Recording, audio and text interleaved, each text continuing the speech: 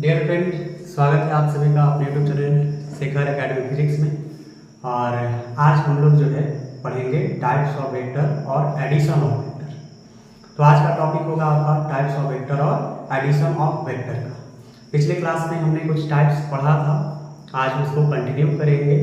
और representation of vector भी आपने देखा था पिछले क्लास में। तो उन सभी वीडियो को, जो प्रीवियस वीडियो जो आपका अपलोड है, उसको आप देखें और उसके बाद फिर जो है इस वीडियो को कंटिन्यू करें। तो चलिए हम लोग जो है बिना टाइम को वेस्ट किए हुए स्टार्ट करते हैं टाइप्स ऑफ वेक्टर, जो कि हमें आगे चल करके वेक्टर को समझने में जो है मदद करेगा। उसके बारे में पहले जान लेते हैं कि कौन कौन से वेक्टर जो है आगे के टर्म जो आप लोग प्रयोग kरेंगे तो वहाँ पे काम होगा। तो उसको चलिए हम लोग देखते हैं। तो हेडिंग डाल दीजिएगा अपनी कॉपी में, टाइप्स ऑफ वेक्टर।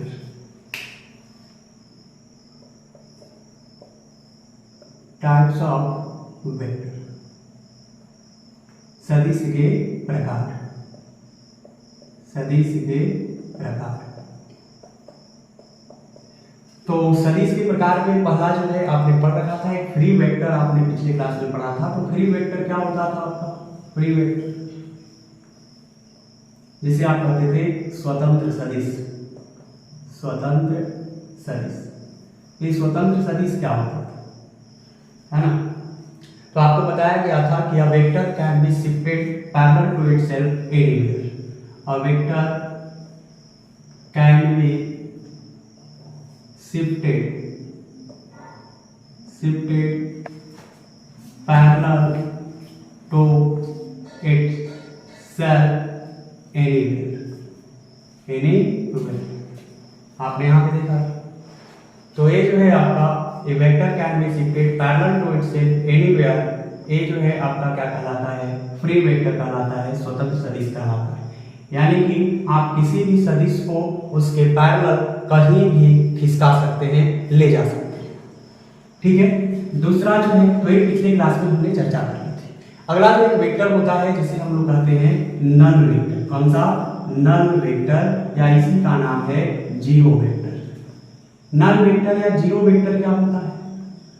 तो जैसा कि नाम से ही पता चल रहा है, जीरो वेक्टर, है ना? जीरो करने का मतलब क्या होता है? शून्य। तो ये आपका, इसको हम लोग हिंदी में कहते हैं शून्य सदिश। शून्य सदिश।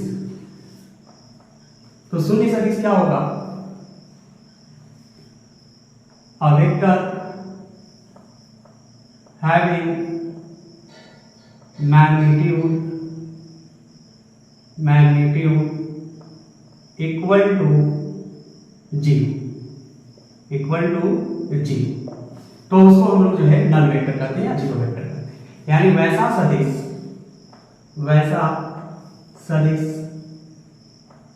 जिसका परिमाण शून्य होता है, उसे हम लोग क्या करते हैं? जीरो वेक्टर करते हैं या नल वेक्टर करते हैं। नल वेक्टर का हमारे फिजिक्स में प्रयोग क्या है? नल वेक्टर को कहां पे प्रयोग करेंगे, है ना? किस लिए हम नल वेक्टर पढ़ते हैं? तो नल वेक्टर का प्रयोग है कि नल वेक्टर या जीरो वेक्टर, इसका प्रयोग क्या है? नल वेक्टर या zero vector is used to balance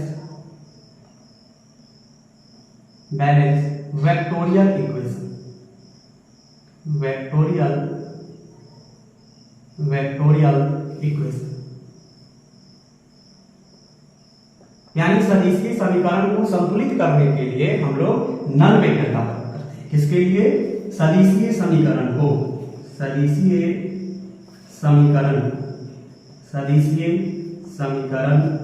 को संतुलित करने के लिए।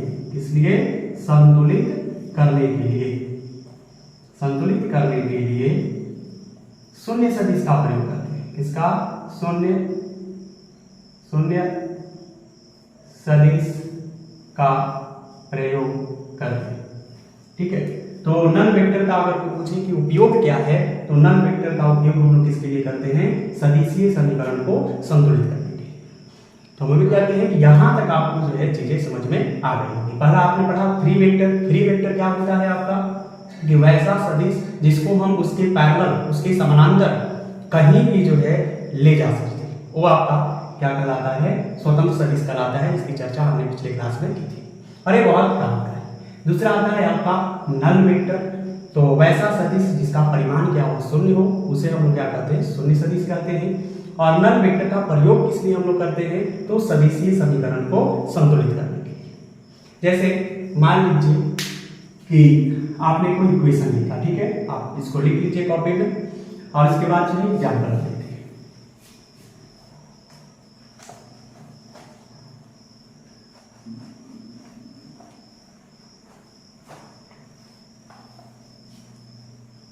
चलिए मान लीजिए कि आपने कोई इक्वेशन लिखा, vector A plus vector B.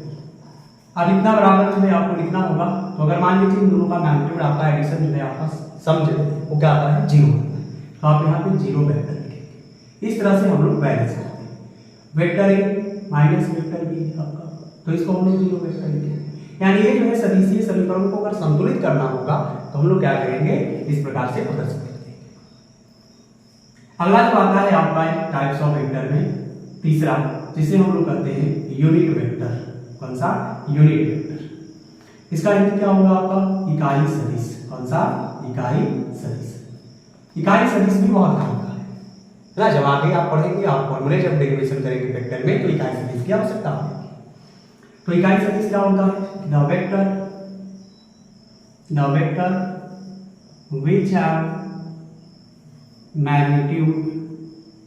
which have magnitude equal to 1। वैसा सदिश जिसका परिमाण 1 होता है या इकाई है ना, इकाई होता है। इकाई कहने का मतलब क्या होता है, 1। तो वैसा सदिश होगा जिसका परिमाण इकाई होता है, उसे हम लोग इकाई सदिश कहते हैं। इकाई सदिश की अगर हम बात करें तो इकाई सदिश जो है इसका प्रयोग किस लिए हम करते हैं, है ना। तो unit vector is used to represent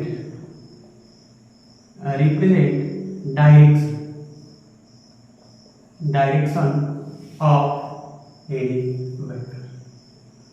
किसी भी सदिश के अगर डायरेक्शन को रिप्रेजेंट करना है, दिशाओं को बतलाना है, तो हम लोग किसका प्रयोग करेंगे, इकाई सदिश का प्रयोग करेंगे, है ना। तो इकाई सदिश का प्रयोग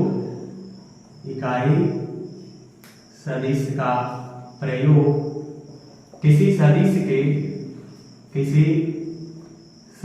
के दिशा प्रदर्शित करने के लिए किया जाता है। तो ये इकाई सदिश है। इकाई सदिश का हम लोग फॉर्मूला पढ़ेंगे, निकालेंगे। फॉर्मूला क्या होता है, इकाई सदिश हमें निकालना हो तो कैसे निकालेंगे। तो यूनिट वेक्टर क्या करता है, यूनिट वेक्टर क्या होता है, सबसे पहले तो वैसा सदिश जिसका परिमाण इकाई होता है, 1 होता है, उसे हम लोग क्या करते हैं, इकाई सदिश कहते हैं। और यूनिट वेक्टर का प्रयोग क्या है, represent direction of any vector. किसी भी सदिश का यदि आपको डायरेक्शन ज्ञात करना है, डायरेक्शन बताना है, डायरेक्शन प्रदर्शित करना है, तो आप किसका प्रयोग करेंगे, इकाई सदिश का प्रयोग करेंगे। ठीक है, अब आगे बढ़ते हैं और इकाई सदिश का जो है हम लोग फॉर्मूला देखने की कोशिश करते हैं, कैसे इकाई सदिश का हम लोग फॉर्मूला बनाएंगे। तो आपने पिछले क्लास में जो इंट्रोडक्शन था उसमें देखा था कि जो आपका सदिश होता है उसके पास कौन कौन सी चीजें होती है, that is properties of vector क्या है। तो किसी भी सदिश के पास जो है वो क्या होता है, डायरेक्शन, और उसके पास होता है मैग्नीट्यूड। तो मान लीजिए फॉर एग्जांपल कि हमारे पास जो है एक वेक्टर P। अब ये वेक्टर P अगर है तो वेक्टर P को अगर हमें रिप्रेजेंट करना होगा दैट इज यूनिट वेक्टर के रूप में, तो वेक्टर P के पास क्या होगा, वेक्टर P का परिमाण होगा। और इसका मान लीजिए कि डायरेक्शन में रिप्रेजेंट करना है तो हम P कैप ले रहे हैं, क्या ले रहे हैं, P कैप। तो ये P कैप जो है ये क्या है, unit vector of vector P। Vector P का क्या है, यूनिट वेक्टर है। तो किसी भी सदिश के पास क्या होता है, मैग्नीट्यूड और डायरेक्शन, यानी ये मैग्नीट्यूड है वेक्टर P को हम ऐसे भी लिख सकते हैं, वेक्टर P का magnitude into P cap, that is unit vector. इसको क्या पढ़ेंगे, unit vector of vector P, unit vector of vector P। Vector P का क्या है, इकाई सदिश है। दैट इज पी कैप बराबर यहाँ से क्या हो जाएगा, वेक्टर पी बटा वेक्टर पी का मोड। यानी कि इकाई सदिश का हमें फॉर्मूला मिल गया कि इकाई सदिश बराबर सदिश बटा सदिश का परिमाण, ये जो है आपका इकाई सदिश का फॉर्मूला है ना। यानी unit vector is equal to vector बटा मैग्नीट्यूड ऑफ वेक्टर,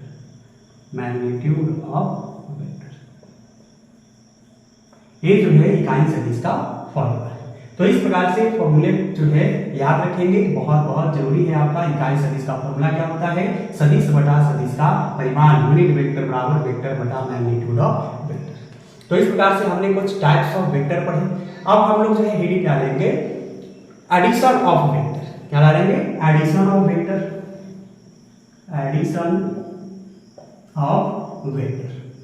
किस प्रकार से दो सदिशों को जोड़ा जाएगा, सदिशों का योगफल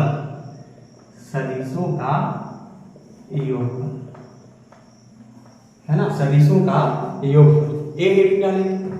ठीक है, तो अब यहां तक आप पहले दोबारा स्क्रीनशॉट ले लीजिए। आप कॉपी कलम लेकर के बैठे हैं तो वहां पर जो है आप पहले उतार, ठीक है। चलिए, तो हेडिंग डाल दिए होंगे आप लोग, सदिशों का योगफल। अब हम लोग आगे बढ़ते हैं, किस प्रकार से दो सदिशों को हम लोग ऐड करेंगे। चलिए, तो बहुत प्यारा सा है आपका एडिशन ऑफ वेक्टर, है ना। फॉर्मूला आएगा, उस फॉर्मूले को आपको याद रखने होंगे, और कुछ आपको जो है स्पेशल फॉर्मूले भी हम बताएंगे, और कुछ डायरेक्ट भी, शॉर्टकट भी जो है रिजल्टेंट निकालने का फॉर्मूला बताएंगे। तो एडिशन ऑफ वेक्टर, सदिशों का योगफल, है ना, सदिशों का योगफल। तो हम लोग सदिशों का योगफल करेंगे, उस नियम का नाम होगा दैट इज ट्रायंगल लॉ। कौन सा, ट्रायंगल लॉ, त्रिभुज नियम। ठीक है, अब त्रिभुज नियम क्या होता है उसके बारे में हम पहले जान लेते हैं। तो if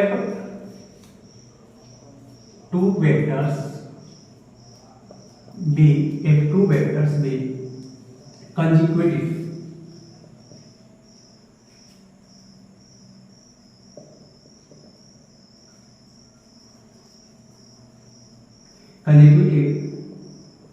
sides of a triangle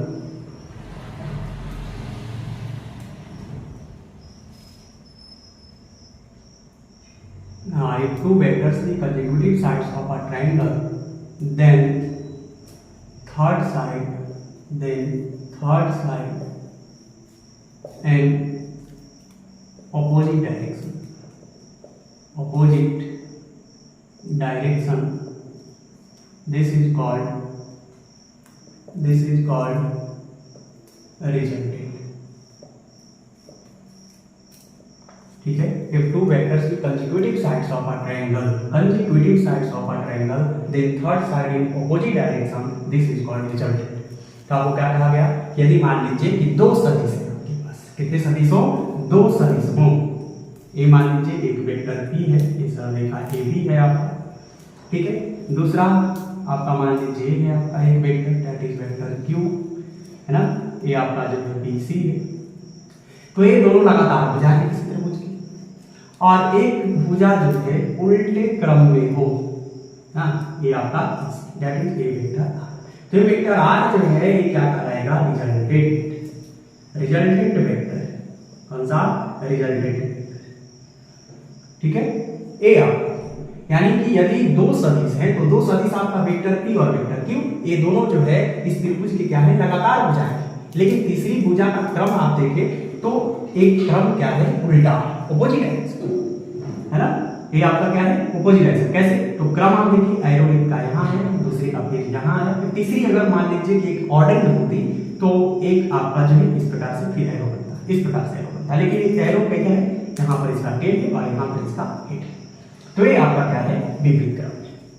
तो ये क्या कहलाएगा आपका, जो तीसरी भुजा जो उल्टे क्रम में होगी वो क्या कहलाएगी, रिजल्टेंट, परिणामी। इसका हिंदी क्या होगा, परिणामी सदिश। परिणामी सदिश, इसे हम लोग कहते हैं। ठीक है, अब हम लोग जो है इसका फॉर्मूला प्रूव करते हैं। तो ट्रायंगल आपको याद हो गया होगा कि यदि दो सदिश किसी त्रिभुज की लगातार दो भुजाएं हो तो तीसरी भुजा जो है उल्टे क्रम में होती है और उसे हम लोग रिजल्टेंट कहते हैं, परिणामी कहते हैं। ठीक है, तो हिंदी में हम इसको लिखते रहें। ट्रायंगल आप लोग लिख लीजिएगा, यदि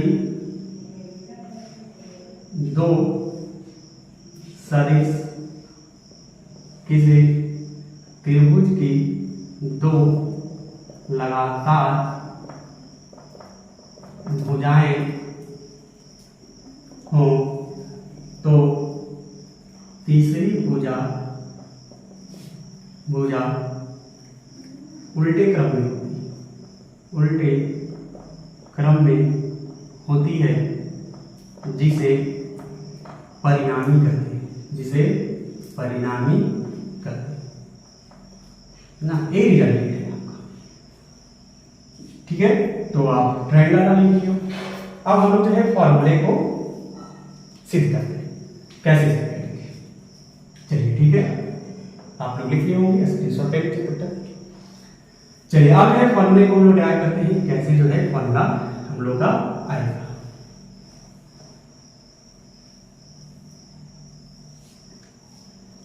तो मान लीजिए कि अभी जो है आपका एक आपका ए बी है,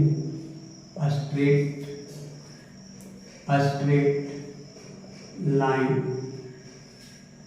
ए बी रिप्रेजेंट्स वेक्टर पी। इसके बाद straight line B C represents vector Q and vector AC, a straight line AC represents vector R। ठीक है, जो आपका AB है, जो सरल रेखा AB होगा वो रिप्रेजेंट करेगा वेक्टर P को, BC है वो रिप्रेजेंट कर रहा है वेक्टर Q को, AC है रिप्रेजेंट कर रहा है वेक्टर R। चलिए डायग्राम बनाते हैं। आपने ट्रायंगल पढ़ा कि दो लगातार भुजा दैट इज A B एक स्ट्रेट लाइन है, ये वेक्टर P को रिप्रेजेंट कर रहा है, A आपका जो है ये BC है, ये वेक्टर Q को रिप्रेजेंट कर रहा है, ये तीसरी भुजा जो उल्टे क्रम में है ये आपको वेक्टर R को रिप्रेजेंट कर रहा है। ठीक है, अब जो है इस AB वाली लाइन को थोड़ा आगे बढ़ा देते हैं और इस पर एक लंब देते हैं। ठीक है, C से जो है AB के बढ़े हुए भाग पे हमने लंब, ओके, और ये लंब जो है आपका क्या है, CD। कौन सा, CD। तो हम लोग लिख लेते हैं कुछ कंस्ट्रक्शन किए, उसको कंस्ट्रक्शन को draw perpendicular from point C on the extended line of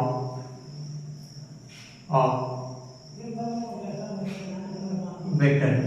draw perpendicular from point C on the extended line of vector P। This perpendicular is CD। ये परपेंडिकुलर कौन है आपका, CD। ठीक है, तो आप यहां तक तो समझना कि हमने क्या किया, ये पहले दो सदिश लिया, दो लगातार भुजाएं हो गई किसी त्रिभुज की, तीसरी भुजा उल्टे क्रम में थी, वो क्या हो गया आपका रिजल्टेंट हो गया। और ये आपका पॉइंट C जो है उस पर से हमने एक लंब डाला है, वो आपका लंब क्या है आपका CD। मान लीजिए कि ये एंगल कितना है आपका थीटा, ये एंगल क्या है आपका अल्फा। अगर हमको निकालना क्या है, हमें निकालना है कि vector P plus vector Q equal to vector R। इसका हम लोग मैग्नीट्यूड निकालेंगे। क्या निकालेंगे, मैग्नीट्यूड। ये आपका एडिशन, इसको हम लोग पढ़ते हैं रिजल्टेंट। तो ये वेक्टर R जो है वो आपका रिजल्टेंट है वेक्टर P और वेक्टर Q का। वेक्टर R जो है वो रिजल्टेंट है वेक्टर P और वेक्टर Q का, और इसका A प्लस है, इसका मतलब होता है रिजल्टेंट। इसको क्या पढ़ते हैं, रिजल्टेंट है ना, इसको पढ़ते हैं रिजल्टेंट। ठीक है, तो वेक्टर R का मोड में चाहिए तो vector P plus vector Q का। ठीक है, तो आपका वेक्टर R जो है बराबर है vector P plus vector Q के मोड। यानी हम जो है इसको क्या पढ़ेंगे, मैग्नीट्यूड ऑफ रिजल्टेंट। इसको पढ़ेंगे मैग्नीट्यूड ऑफ रिजल्टेंट, परिणामी का परिमाण। हिंदी में क्या पढ़ेंगे, परिणामी का परिमाण, ठीक है। और एक चीज है आप और इसको क्या पढ़ेंगे, इस वाले साइड का इसको पढ़ेंगे मैग्नीट्यूड ऑफ रिजल्ट, इसको पढ़ेंगे magnitude of resultant of vector P and vector Q. इसको क्या पढ़ेंगे, मैग्नीट्यूड ऑफ रिजल्टेंट ऑफ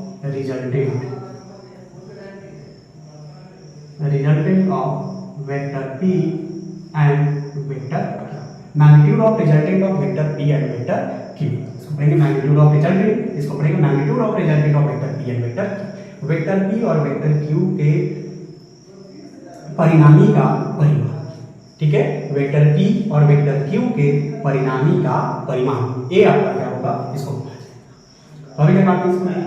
चलिए अब जो है हम लोग फॉर्मूले की स्टार्ट, ठीक है। तो हम लोग पहले जो है चलते हैं इस वाले ट्रायंगल में, ये जो आपका छोटा सा ट्रायंगल नजर आ रहा है दैट इज CBD, कौन सा, CBD। तो CBD ट्रायंगल में हम जो है निकालना चाहते हैं BD और CD। अब आप लोग के दिमाग में आ रहा होगा कि BD और CD क्यों निकालना चाहिए, है ना, उसके ऊपर चर्चा करेंगे कि BD और CD क्यों निकाले। तो आप जो है देखेंगे तो एक दूसरा ट्रायंगल भी राइट एंगल ट्रायंगल नजर आ रहा होगा, जिसे हम लोग समकोण त्रिभुज कहते हैं, वो बड़ा बड़ा समकोण त्रिभुज, वो कौन है आपका, ACD। और ACD में हम लगाना चाहते हैं पाइथागोरस प्रमेय, कौन सा, पाइथागोरस प्रमेय। तो पाइथागोरस प्रमेय तो आप लोग पढ़ेंगे, है ना। पाइथागोरस प्रमेय क्या करता है, कर्ण का स्क्वायर जो होगा, कर्ण का जो वर्ग होगा, वो आपकी शेष दो भुजाएं होती हैं उसके वर्गों के योगफल के बराबर होगा, है ना। यानी लंब का स्क्वायर प्लस आधार का स्क्वायर बराबर कर्ण का स्क्वायर, ठीक है। तो यहाँ पर तक आप लोग लिख लीजिए, स्क्रीनशॉट ले लीजिए आप लोग। चलिए तो इसको आप लिख लिए होंगे। अब हम लोग जो है फॉर्मूले निकालते हैं,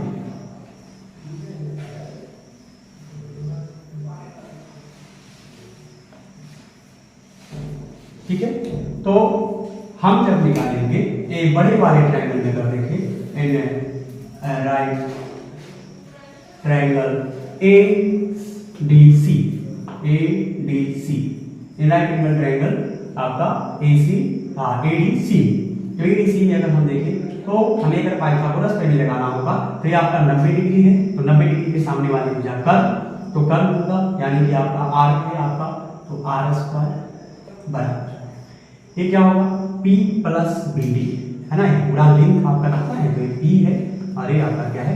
चलिए मान लीजिए कि अभी हम लोग जो है AB और C के फॉर्म में लिखते हैं, तो AC आपका कर्ण, तो AC का स्क्वायर बराबर AD का स्क्वायर, किसका करेंगे, AD का स्क्वायर करेंगे प्लस CD का स्क्वायर, किसका, CD का स्क्वायर करेंगे, ठीक है। अब जो है AD जो है वो किसके बराबर है, AB प्लस BD का, तो AC का स्क्वायर बराबर AB प्लस BD का स्क्वायर प्लस CD का स्क्वायर। आप बताइए कि बिना BD और CD के क्या ये फॉर्मूला सोल्व हो जाएगा, नहीं, BD और CD आपको निकालना पड़ेगी। तो BD और CD कैसे निकालें, चलिए तो ये छोटा सा जो ट्रायंगल है इसमें चलते हैं, एंड राइट ट्रायंगल CBD या CDB या BDC, चलिए लिख देते हैं BDC, ठीक है। D जो आपका समकोण इसलिए मैंने ऐसा लिख दिया BDC। BDC में अगर चले तो हम cos थीटा निकालते हैं, क्या निकालते हैं, cos थीटा। तो cos थीटा बराबर क्या होता है, आप कहोगे सर B/H होता है ना, बेस बटा हाइपोटेनस, है ना, आधार बटा कर्ण। तो इसमें बेस कौन है आपका, तो 90 थीटा जिस पर स्थित होते हैं उसे हम लोग क्या करते हैं, बेस आधार होता है, दैट इज BD हो गया आपका आधार, तो cos थीटा बराबर BD आपका आधार हो गया। अच्छा H कौन है आपका, दैट इज Q, है ना, 90 डिग्री के सामने वाली भुजा दैट इज वेक्टर Q का मैग्नीट्यूड Q, है ना, ये आपका है। तो BD बराबर क्या आ गया आपका, Q cos थीटा, तो ये कितना आ गया, Q cos थीटा आ गया, ठीक है। अब इसी ट्रायंगल में हम एक चीज और निकाल रहे हैं मेरे बच्चों, क्या निकालेंगे, sin थीटा।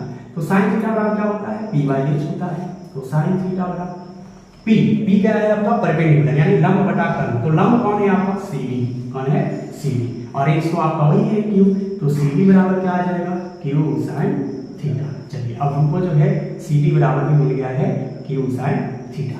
अब इन सारे वैल्यू को और जो जिसको रिप्रेजेंट कर रहा है, जैसे AB जो है रिप्रेजेंट कर रहा था वेक्टर P को, तो वेक्टर P का मैग्नीट्यूड लिखेंगे, वेक्टर AC जो है रिप्रेजेंट कर रहा है वेक्टर R को, तो वेक्टर आर का मैग्नीट्यूड लिखेंगे और बीसी जो है रिप्रेजेंट कर रहा है इसको वेक्टर क्यू, तो वेक्टर क्यू का परिमाण लिखेंगे, है ना। तो चलिए अब जो है हम लोग रखते हैं, तो AC स्क्वायर, तो AC that is vector P का magnitude E square, sorry AC कहाँ है, AC ये है वेक्टर R, तो R का मैग्नीट्यूड R स्क्वायर बराबर AB, तो वेक्टर P का magnitude that is P plus BD कितना आया है Q cos थीटा, तो Q cos थीटा इसका स्क्वायर प्लस CD का स्क्वायर, तो CD कौन है आपका Q sin थीटा है, तो Q sin थीटा का स्क्वायर, ये हो गया आपका, ठीक है। अब R स्क्वायर में आप क्या करेंगे, तो सर A प्लस B का होल स्क्वायर, तो A प्लस B का होल स्क्वायर क्या होता है, चलिए यहाँ पे लिख देते हैं A प्लस B का होल स्क्वायर बराबर A square plus 2AB plus B square, ऐसा होता है। तो हम इस फॉर्मूले को प्रयोग करेंगे, दैट इज A की जगह क्या है P, तो A स्क्वायर यानी P का स्क्वायर प्लस 2A की जगह P इंटू B कितना आपका Q cos थीटा, प्लस में क्या करेंगे आप B स्क्वायर, तो Q cos थीटा का स्क्वायर कितना हो जाएगा Q square cos square theta, plus ये क्या हो जाएगा आपका Q square sin square theta, ठीक है। अब R स्क्वायर बराबर क्या हो जाएगा, तो P square plus 2PQ cos theta plus Q square दोनों में तो कॉमन है, तो Q स्क्वायर को बाहर कर दीजिए, sin square theta plus cos square theta, ये हो गया आपका sin square theta plus cos square theta की वैल्यू कितनी होती है 1, तो R स्क्वायर बराबर क्या आ गया P square plus 2PQ cos theta plus Q square, ठीक है। तो R बराबर under root P square plus Q square plus 2PQ cos theta. ये हम लोग पढ़ रहे जो है एडिशन ऑफ वेक्टर पढ़ रहे थे, थोड़ी सी लाइट कट गई थी, इसके वजह से जो है दोबारा वीडियो को हम जो है शूट कर रहे हैं। तो हम लोग पढ़ रहे थे क्या कि R स्क्वायर बराबर क्या था P square plus 2PQ cos theta plus Q square, ठीक है, into sin square theta plus cos square theta, sin square theta plus cos square theta क्या हो गया 1 हो गया। तो आपका आ गया क्या R स्क्वायर बराबर P square plus 2PQ cos theta plus Q square, तो R बराबर क्या हो जाएगा under root P square plus Q square plus 2PQ cos theta. ये जो है रिजल्टेंट का मैग्नीट्यूड का फॉर्मूला क्या मिलता है बच्चों, रिजल्टेंट का मैग्नीट्यूड अगर निकालना हो तो आप कौन से फॉर्मूले से निकालेंगे, under root P square plus Q square plus 2PQ cos theta, ठीक है। तो ये रिजल्टेंट का मैग्नीट्यूड निकालना होगा, तो रिजल्टेंट का मैग्नीट्यूड का फॉर्मूला जो है अभी हम लोग प्रूव किए, क्या आया R equal to under root P square plus Q square plus 2PQ cos theta. What is theta, ये थीटा जो है ये थीटा क्या है, angle between these two vectors P and Q, ठीक है। थीटा क्या है, दोनों सदिशों के बीच का कोण है, P और Q के बीच का कोण है थीटा, ठीक है। तो थीटा क्या है आपका एंगल बिटवीन टू वेक्टर्स। तो इस फॉर्मूले का उपयोग हम लोग किसके लिए करेंगे, रिजल्टेंट निकालने के लिए करेंगे, रिजल्टेंट का मैग्नीट्यूड आपको निकालना होगा तब। अब जो है नेक्स्ट क्लास में जो है हम लोग पढ़ेंगे कि किस प्रकार से हम लोग रिजल्टेंट का डायरेक्शन निकालते हैं। तो रिजल्टेंट का डायरेक्शन निकालने के लिए फॉर्मूला हम लोग अगली क्लास में पढ़ेंगे, और कुछ स्पेशल रूल जो एडिशन में है और उसका एडिशन का प्रॉपर्टीज क्या है उसकी चर्चा हम लोग नेक्स्ट वीडियो में करेंगे। तब तक आप लोग जो है वीडियो को कंटिन्यूअसली ध्यानपूर्वक पढ़ते रहे, देखते रहे, वीडियो को कंटिन्यू करके देखिए, पूरा वीडियो देखिए, तब ये चैप्टर आपको अच्छे से कंप्लीट हो जाएगा। और उसके बाद हम लोग जो है नीट के जो प्रीवियस ईयर क्वेश्चन होंगे उसके बारे में हम लोग चर्चा करेंगे, ठीक है। All the best, thank you.